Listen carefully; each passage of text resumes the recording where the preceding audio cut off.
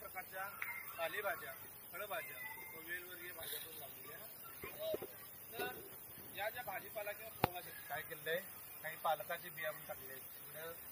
त्या पालेभाज्यांचा वापर आपण भातामध्ये करून आपल्याला आपला आहार हा पौष्टिक कसा होईल याच्याकडे आपण लक्ष देतो. त्याच प्रकारे फक्त पालेभाज्या न घेता आपल्या शाळेमध्ये आपण फळभाज्या देखील लावलेल्या आहेत, भेंडी लावलेली आहे.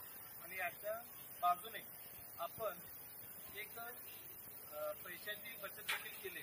कारण या बागेला परत कुंपण आहोत, मग कुंपण कशासाठी करायचं, तर त्यावेळेला आपल्या शाळेत आपल्या बसून आपल्या सरांनी सगळ्या सरांनी मार्गदर्शन केलं की आपण काय करूया, वेलवर्गीय भाज्या लावूया, जेणेकरून आपल्या या आतील परसबागेला देखील संरक्षण मिळेल.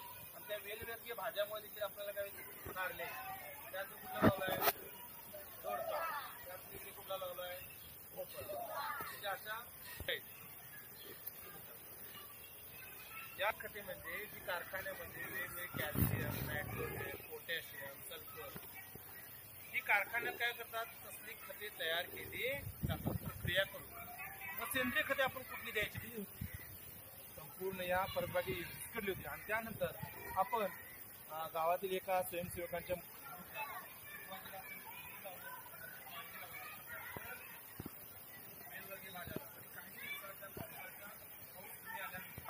झेंडू लावलेला आहे. त्याचप्रकारे त्याकडे आपण जे अस्टर नावाची जी फुलं आहेत ना पिवळ्या रंगाची, गलाच्या प्रकारामध्ये मोठं अस्टर देखील झाड लावलेले आहे. त्याचप्रकारे सगळ्यात